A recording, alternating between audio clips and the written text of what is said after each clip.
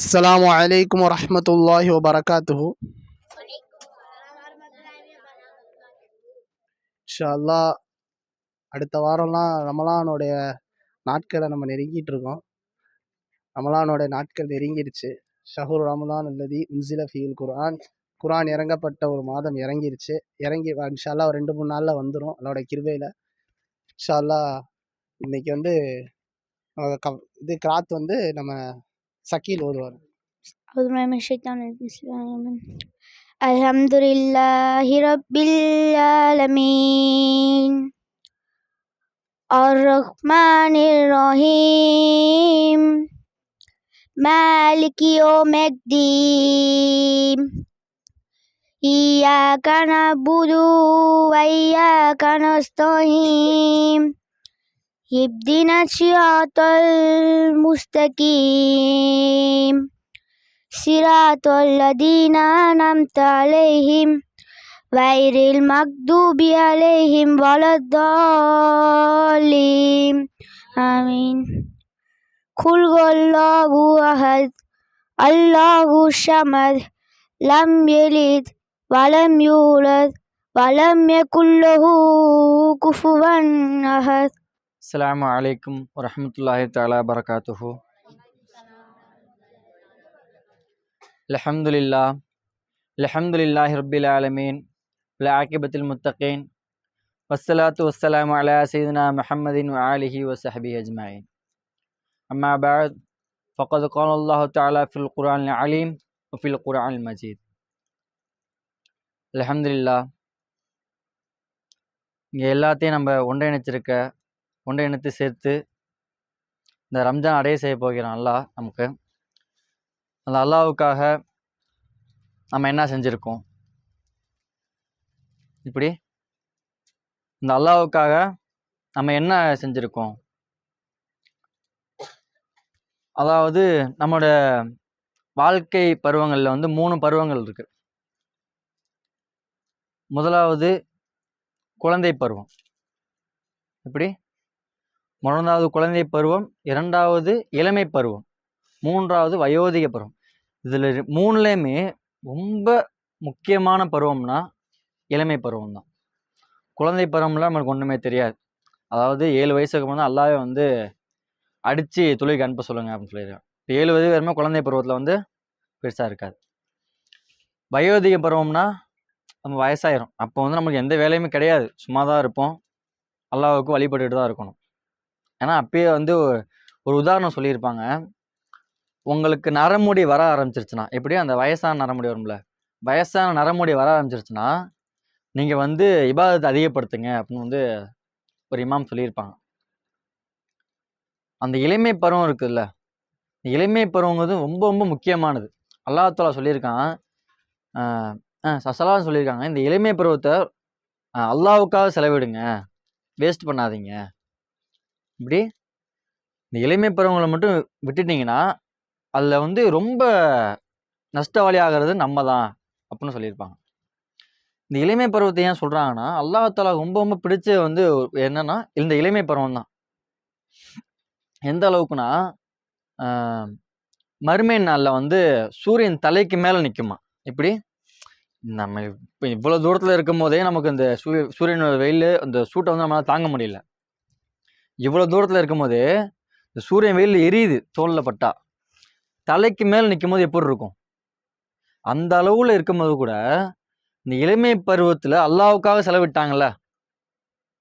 இப்படி இளமை பருவத்தில் வந்து இப்படி நான் சும்மா அலைஞ்சிட்டு இருக்கோம்ல, அதை விட்டு அல்லாஹ்வுக்காக ரொம்ப நேரம்லாம் அல்லாஹ் சொல்ல கிடையாது, 5 நேரம் வக்து, துவா, தஸ்பீஹ், இதை வந்து யார் செலவிட்டாங்களோ அவங்களுக்கு வந்து ஒரு நிழல் எழுப்பப்படணும்.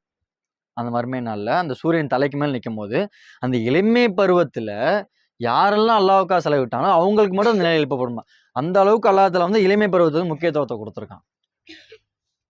இன்னும் சொல்ல போனோம்னா, மக்கா நாட்டில் இஸ்லாம் ஆரம்பிப்பதுக்கு முன்னாடி, இப்படி இஸ்லாம்லாம் ஆரம்பிப்பதுக்கு முன்னாடி வந்து சல்லல்லாஹு இருந்தாங்க. அப்போ இஸ்லாம் வந்து இப்போ வந்து சல்லல்லாஹு நுபுவத்துக்கு அப்புறம் தான் இஸ்லாத்தை வந்து சல்லல்லாஹு வந்து பரப்ப ஆரம்பித்தாங்க. அது வரைக்கும் இஸ்லாத்தை வந்து வெளிப்படுத்தலை. இப்போ சல்லல்லாஹு வந்து ஒரு வாலிபராக இருக்காங்க, இளமை பருவத்தில் இருக்காங்க. அப்போ வந்து நம்ம வாலிப பருவம்னா என்ன நான் சொல்லிக்கிறேன். அதிகப்படியான இமாம்களும் அறிஞர்கள் மார்க்க அறிஞர்கள் என்ன சொல்லியிருக்காங்கன்னா 16 வயசுலேருந்து 40 வயசு வரைக்கும் தான் ஒவ்வொருத்தவங்க கவுல் ஒவ்வொன்று. இத்தனை வயசு உள்ளவங்க தான் இளமை பருவம், இத்தனை வயசு உள்ளவங்க தான் இளமை பருவம்னு. ஆனால் அதிகமான கவுல்னா சொல்லு அப்படின்னா இத்தனை அதிகமான மார்க்க அறிஞர்கள் இமாம்களோட சொல்லு 16 வயசுலேருந்து 40 வயசு வரைக்கும் இருக்கிறவங்க தான் இளமை பருவம். அது மாதிரி இருக்க டைமில் மக்கால ஒரு அமைப்பு நம்ம ஏரியாவுக்கு ஒரு அமைப்பு ஆரம்பிச்சிருக்கோம் சரிங்களா. இந்த அமைப்பு எப்படி ஆரம்பிச்சிருக்கோமோ அதே மாதிரி அங்கே வாலிபர்களுக்காக ஒரு அமைப்பு ஆரம்பித்து அங்கே நடத்திட்டு இருக்காங்க. ஒரு கூட்டம் நடத்திட்டு இருக்கும்போது ஒரு வியாபாரி, வேற நாட்டு வியாபாரி வந்து அங்கே வியாபாரம் செஞ்சுட்டு போகும்போது அங்கே மக்காவாசியில் உள்ள ஒருத்தர் என்ன பண்ணுறாரு, அவர்கிட்ட உள்ள பணத்தை அடிச்சு பிடுங்கி ஏமாத்திட்டு போயிடுறாரு. அடுத்த நாள் வந்து அந்த ஏமாந்து போனவர் வந்து அந்த நாட்டிலேருந்து வந்து என் பணத்தை எதுனா ஏமாத்திட்டு போயிட்டார், வாங்கி கொடுங்க அப்படின்னு மக்காவாசியில் ஒவ்வொருத்தர்லாம் கெஞ்சுறாரு. எங்கே வாங்கி கொடுங்கும் போது யார் அந்த மனிதன் அப்படின்னு ஒருத்தர் கேட்குறாரு. அந்த மனிதர் வந்து இந்த மாதிரி ஒரு நபர் இருக்கார், அவர் என் பணத்தை வந்து ஏமாற்றி வாங்கிட்டு போயிட்டாரு அப்படின்னு. அப்போ அவங்க சொல்கிறாங்க, அவர் வந்து ரொம்ப ஒரு கட்டுமஸ்தானம் உள்ளவர், வீரமானவர், அவர்கிட்டலாம் போய் கேட்டோம்னா எங்களை அடிச்சு போடுவார் திரும்பியும், நாங்களாம் போய் கேட்க முடியாதுங்க அப்படிங்க. இப்படி சுற்றி ஒருத்தன் கேட்கும் போது ஒருத்தவங்க மட்டும் சொல்கிறாங்க, இதை வந்து எங்களாலலாம் கேட்க முடியாதுங்க, இங்கே இளைஞர்களுக்கும் ஒரு கூட்டம் வச்சுருக்காங்க, ஒரு அமைப்பு மாதிரி இளைஞர்கள் கூட்டம் வச்சுருக்காங்க, அங்கே போய் சொல்லுங்க, அங்கே வந்து உங்களுக்கு தீர்வு கிடைக்கும் அப்படிங்கும்போது அங்கே போகிறாங்க. அந்த கூட்டத்தில் ஸல்லல்லாஹு அலைஹி வஸல்லம் ஒரு மெம்பர், எப்படின்னா இப்போ உட்காந்துருக்கோம்ல, இதில் இருக்க மாதிரி ஸல்லல்லாஹு அலைஹி வஸல்லம் ஒரு நபராக இருக்காங்க. அப்போ அந்த கூட்டத்துக்கு போகும்போது அந்த கூட்டத்தில் போய் இது மாதிரி எத்தி வைக்கிறாங்க, என்னுடைய பணத்தை வந்து இது மாதிரி ஏமாற்றிட்டு போயிட்டாங்க, இது மாதிரி எனக்கு வாங்கி கொடுங்கும்போது இந்த மொத்த இளைஞர் கூட்டமும் போகும்போது அவரால் எதுவும் பண்ண முடியாது, திரும்பி பணத்தை கொடுத்தாகணும், கொடுத்துட்டாரு. அதனால் இளைஞரில் ஒரு பவர் இருக்குது. இந்த இளமை பருவத்தில் ஒரு சக்தி, நீ ஒரு ஆளாக போயின்னா கேட்க முடியாது. இந்த இளைஞர்லாம் ஒன்று கூடும் போது அந்த கூட்டத்துக்கு ஒரு தனி பவர் கிடைக்குது சரிங்களா. அதனால் இந்த இளமை பருவத்தை அல்லாஹ்வுக்காக செலவிடுங்க. ஒரு எந்த அளவுக்குன்னா எப்படி சொல்கிறது, அதாவது உங்களுக்கு பிடிச்சவங்களுக்காக நீ என்ன செய்கிறீங்க, இப்போ உங்களுக்கு ஒரு பிடிச்ச ஒரு பெண்ணு, அந்த பெண்ணுக்காக நீ என்னென்ன பண்ணுறீங்க, இப்படி நான் வேலைக்கு போனால் தான் இந்த இடத்துல எனக்கு பொண்ணு கொடுப்பாங்க, நான் இது பண்ணால் தான் அந்த பொண்ணு எனக்கு கிடைக்கும், நான் இப்படி ஹான்சமாக போனால் தான் எனக்கு அந்த பொண்ணு வரும், இந்த மாதிரி பண்ணால் தான் எங்கள் அம்மா அப்பாவுக்கு என்னை பிடிக்கும், இப்படி எல்லாத்துக்கும் ஒன்று பார்த்து செய்கிறோம். ஆனால் இந்த எல்லாத்தையுமே படைச்சு பரிபாலிக்கின்ற ஏக இறைவனுக்கு அவனுக்கு பிடிச்ச மாதிரி நம்ம இளமையில வாழ்வதற்கு வந்து நம்ம செலவழிக்கணும்.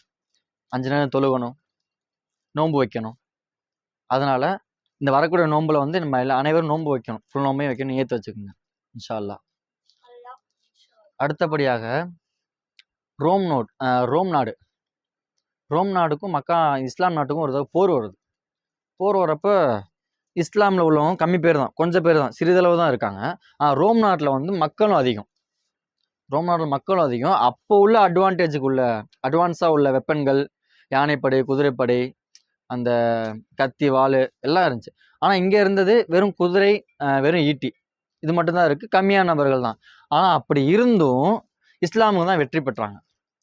இஸ்லாம் வெற்றி பெற்று முடிஞ்சு அங்கே ரோம் நாட்டுக்கு போனோடனே அந்த அரசர் கேட்குறாரு, எப்படி இத்தனை படை வச்சுருக்கேன், இவ்வளோ நபர்கள் வச்சுருக்கேன், என் நாட்டோட அங்கே உள்ள மக்கள் கம்மி தான், இஸ்லாம் மக்கள் கம்மி தான், எப்படி வந்து நம்ம தோத்தோம் அப்படின்னு அந்த நாட்டு அரசர் வந்து ரோம் நாட்டு தளபதிகிட்ட கேட்குறாரு.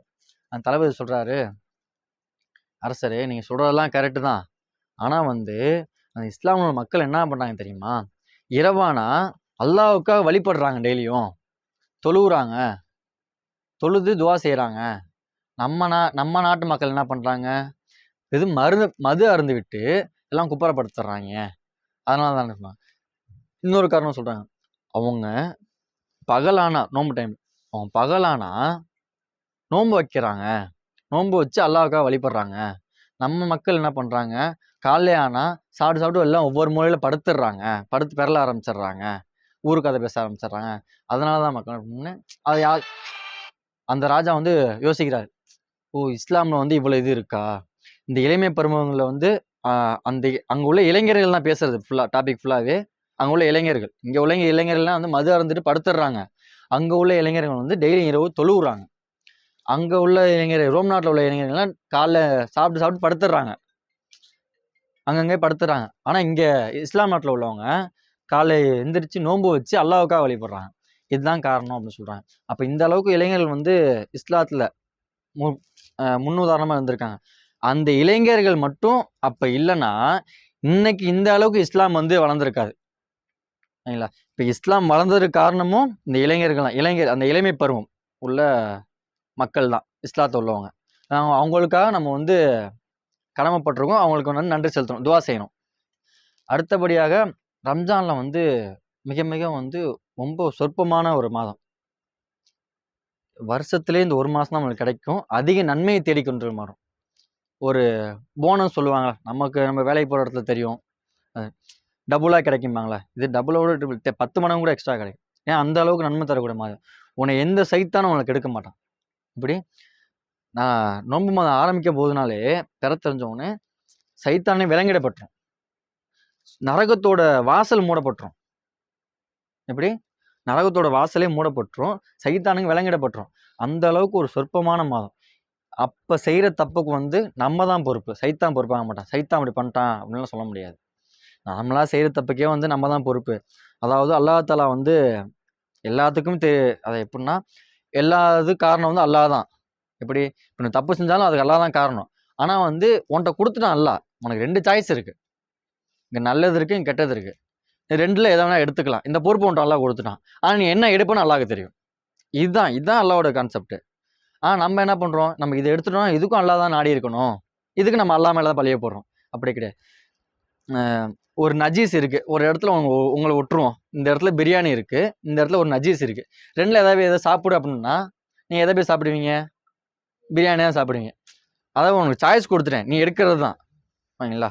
இப்போ நீ எடுக்கிறத வந்து அல்லாஹ்க்கு தெரியும், எனக்கு தெரியும் நீ எதை எடுப்பேன்னு. இந்த நஜீஸ் நீ தொடமாட்டேன், இது பிரியாணி இதான் தொடுவேன். இப்போ அது மாதிரி தான் உனக்கு ஒரு கெட்ட செயலும் கொடுத்துருக்கேன், ஒரு நல்ல செயலும் கொடுத்துருக்கேன். நீ சூஸ் பண்ணுறது தான் உனக்கு. நீ இதை சூஸ் பண்ணால் நல்ல வழியில் போவேன், இதை சூஸ் பண்ணால் உனக்கு கெட்டது. அதனால நீ எதை சூஸ் பண்ணுவாங்க அல்லாஹ்க்கு தெரியும். அதனால நீ அல்லாஹ் மேலே பழிய போட முடியாது. நீ செய்கிற தப்பை வந்து திருத்திட்டு அல்லாஹ்கிட்ட மன்னிப்பு கேட்கணும். இந்த இளமை பருவத்தை வந்து நம்ம அல்லாஹ்வுக்காக செலவிடணும்னு வந்து கேட்டுக்கொள்கிறேன். அது மட்டும் இல்லாமல் நம்மளோட இளைஞர்கள், அதாவது நம்ம ஏரியாவில் இளைஞர்களை வந்து எப்படி ஒரு வானத்தில் நிலா இருக்குதோ அது மாதிரி வந்து நம்ம ஏரியாவில் வந்து அப்துல்லாண்ணே, அப்ஜித்தண்ணே அவங்க வந்து நம்ம ஏரியா பிள்ளைங்க வந்து கெட்டு போயிடக்கூடாது. எப்படி வெளியே பார்த்துட்ருக்கோம், ஒவ்வொருத்தவங்க கஞ்சா, போதைப் பொருள்கள், ட்ரக்ஸ் அதிகமாக யூஸ் பண்ணிட்டு எப்படி ஒவ்வொருத்தன் கண்டுக்காமல் போயிடுறாங்க. ஆனால் நம்ம ஏரியா உள்ள பிள்ளைங்க வந்து இப்படி போயிடக்கூடாது, கெட்ட வழியில் போயிடக்கூடாது. நிறைய பேர்த்த பார்த்து நம்ம நிறையா நியூஸ் பார்க்குறோம், இன்ஸ்டாகிராம், சோசியல் மீடியாலாம் பார்க்குறோம், எப்படி வழிகட்டு போயிடுறாங்க அருவாகத்தி. அந்த மாதிரி நம்ம ஏரியா போயிடக்கூடாதுன்னு எப்படி நம்ம ஏரியா நிலைநிறுத்த ஒரு நேர்பாதையில் கொண்டு வரணும்னு அவங்க 2 பேரும் ஒரு கூட்டணி ஆலோசனை செய்து நம்ம எல்லாம் ஒன்று திரட்டி வச்சுருக்காங்களோ, அதே மாதிரி அதில் உள்ள ஒரு அதே வானத்தில் பார்த்தீங்கன்னா ஒரு 3 நட்சத்திரம் டெய்லியும் தெரியுமா, ஒரே நேர்கோட்டில் லைனாக பார்த்துருப்பீங்க அதே பேர். அதே மாதிரி நம்ம ஒரு சங்கத்தில் அமீர், துணை அமீர், பொருளாளர் அவர்களுக்கும் அதே வானத்தில் எப்படி நட்சத்திரங்கள்லாம் வந்து மின்னி ஜொலிச்சு கொண்டு இருக்கோ, அதே மாதிரி இங்கே அமர்ந்திருக்க மாணவ செல்வங்கள், இளைஞர்கள் அனைவருக்கும் என் சலாத்தினை சொல்லி முடித்துக் கொள்கிறேன். அஸ்ஸலாமு அலைக்கும் ரஹ்மத்துல்லாஹி தஆலா பரகாத்துஹு.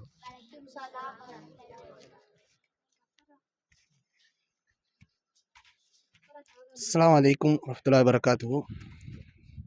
ஒரு கொஞ்ச நேரம் ரமலானை குறித்து ஒரு சிறிய ஒரு உபதேசம். அல்ஹம்துலில்லாஹ். ஃபதக்கிர் ஃபஇன்ன திக்ரா ஃபஅல் முஃமினீன். நபியே, நீங்கள் உபதேசம் செய்யுங்கள், அந்த உபதேசம் முக்மீன்களுக்கு பயனளிக்கும் என்று அல்லாஹ் குர்ஆனில் சொல்கிறான். அது அடிப்படையில் ரமலானை குறித்து இன்ஷா அல்லாஹ் உபதேசம் செய்வோம். இந்த ரமலானுடைய மாதம் வருடத்திலே சிறந்த மாதம். அந்த சிறந்த மாதத்திலேயும் சிறந்த ஒரு நாள், 1000 இரவுகளுக்கு சமமான ஒரு நாள், 80 வருடங்கள் ஒரு இரவு, லைலத்துல் கதிர் என்ற இரவு. இந்த ரமலானுடைய மாதத்தில் அதிகமாக நன்மைகள் செய்யணும், தீமையான காரியங்களிலிருந்து விலகி கொள்ளணும். அதே மாதிரி மௌலானா சொல்ல மாதிரி இந்த மாதிரி சைத்தானுடைய எல்லா இதுவும் அடைக்கப்படுது, சைத்தானுடைய செயல்கள், சைத்தானுடைய எல்லா இதுவும் விலங்கிடப்படுது. சொர்க்கத்தோடைய வாசல்கள் திறக்கப்படுது, நரகத்தோடைய வாசல்கள் மூடப்படுது. இந்த மாதத்தை குறித்து நிறைய சிறப்புகள் இருக்குது. அல்லாஹ் குரானில் சொல்லும் பொழுது ஒரு வசனம் இறங்குது. அதுக்கு முன்னாடி அந்த வசனத்தோட பின்னணி என்னென்னா, ஷாபானுடைய 2வது நாளில் இந்த வசனம் இறங்குது. அதுக்கு முன்னாடி வந்து ரமலான் மாதத்தில் நோன்பு கிடையாது. அதுக்கு முன்னாடி என்ன பண்ணிகிட்டு இருந்தாங்கன்னா, நோன்புன்ற ஒரு விஷயம் என்னென்னா ஆஷுரா நோன்பு, இந்த சுன்னத்தான நோன்பு, வியாழக்கிழமை திங்கக்கிழமை வைக்கிற நோன்பு இப்படி தான் இருந்துச்சு. இதுக்கு முன்னாடி அந்த ரமலானுடைய நோன்பு ஃபர்லாகிறதுக்கு முன்னாடி ஆஷுராவுடைய நோன்பு வைப்போம். அதுக்கப்புறம் என்ன சுன்னத்தான நோன்புகள், இந்த மாதிரி நஃபீலான நோன்பு இப்படி தான் இருந்துச்சு. அப்புறம் வந்து அல்லாஹ் வந்து இந்த ஷாபானுடைய 2வது நாளில் அல்லாஹ் வந்து ஒரு ஆயத்தை இறக்குறான். யா ஐயோ அல்லதீன ஆமனு, ஈமான் கொண்டவர்களே, யா ஐயோ அல்லதீன ஆமனு, நீங்கள் வந்து குத்திப அலைக்கும் முஸ்ஸியாம் கமா குத்திப அலல்லதீன மின் கபலிக்கும் லஅல்லக்கும் தத்தக்கூன். நீங்கள் வந்து உங்களுக்கு முன் சென்றவர்களுக்கு எப்படி வந்து இந்த நோன்பு கட்டாயமாக்கப்படுதோ அதே போல் உங்களுக்கும் இந்த நோன்பு கட்டாயமாக்கப்படுது. லஅல்லக்கும் தத்தக்கூன், இந்த நோன்பு என்ன பண்ணுது, உங்களுக்கு இறையச்சத்தை அதிகப்படுத்துது. இறையச்சத்தை அதிகப்படுத்தலாம். இந்த நோன்பு வந்து இந்த ரமலானுடைய மாதத்தில் இந்த நோன்பு வைக்கிறவங்களுடைய நோன்பு வந்து என்னென்னா, இந்த ரமலான் மூலயமா இறையச்சம் அதிகமாகும். இந்த சிறப்பான ஒரு மாதத்தில் இன்ஷா அல்லாஹ் அந்த தீமையான விஷயங்கள் இருந்து, ஃபோனை அதிகமாக யூஸ் பண்ணுறதுலேருந்து, இந்த வீணான விஷயங்கள், தூங்குறது, இந்த மாதிரி விளையாடுறது, இந்த மாதிரி விஷயங்களை விட்டுட்டு குரானை வந்து இந்த மாதத்தில் தான் ஷஹூர் ரமலான் அல்லதி உன்சில ஃபீல் குர்ஆன், இந்த மாதத்தில் சிறப்பான இந்த ரமலானுடைய மாதத்தில் தான் குரான் இறங்கப்பட்டுச்சு. இந்த குரான் இறங்கப்பட்ட மாதம் தான் ரமலானுடைய மாதம். அதுதான் நம்ம வந்து ரமலானுடைய மாதமாக நம்ம வந்து கொண்டாடிட்டு இருக்கோம். அதன் அடிப்படையில் நம்ம வந்து குரானை வந்து அதிகமாக ஓதணும். அதை ஓதுறதும் இல்லாமல் இன்ஷா அல்லாஹ் நம்ம வந்து அந்த குரானை வந்து அல்லாஹ் நம்மள்கிட்ட என்ன சொல்ல வரான், அந்த குரானை வச்சு அந்த குரானுக்கும் நம்மளுக்கும் உண்டான ஒரு கான்வர்சேஷன் என்ன, அந்த குரானில் அல்லாஹ் நம்மளுக்கு என்ன சொல்ல வரான், உங்களுக்கும் எனக்கும் இங்கே இருக்க எல்லா வாலிபர்களுக்கும் எல்லாத்துக்கும் என்ன பேச வரான், அதை நம்ம விளங்கணும். இந்த ரமலானுடைய மாதத்தில் அதிகமாக குரானை விளங்கணும், படிக்கணும், ஓதணும். இந்த மாதிரி நிறையா விஷயங்களை பண்ணணும்.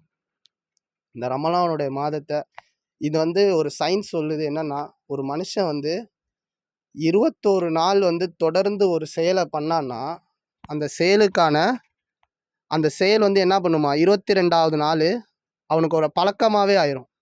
என்ன ஆயிரும், அது வந்து அடுத்த ஆட்டோமேட்டிக்காக அவனே என்ன பண்ணிடுவான், பண்ண ஆரம்பிச்சிருவான். அதன் அடிப்படையில் இந்த ரமலானுடைய மாதத்தில் அதிகமாக இபாதத் செய்யணும். 5 வேளை தொழுகணும். இன்ஷா அல்லாஹ் வந்து இந்த 30 நாளும் வந்து நியத்து வைங்க, 5 வேளை தொழுகணும்.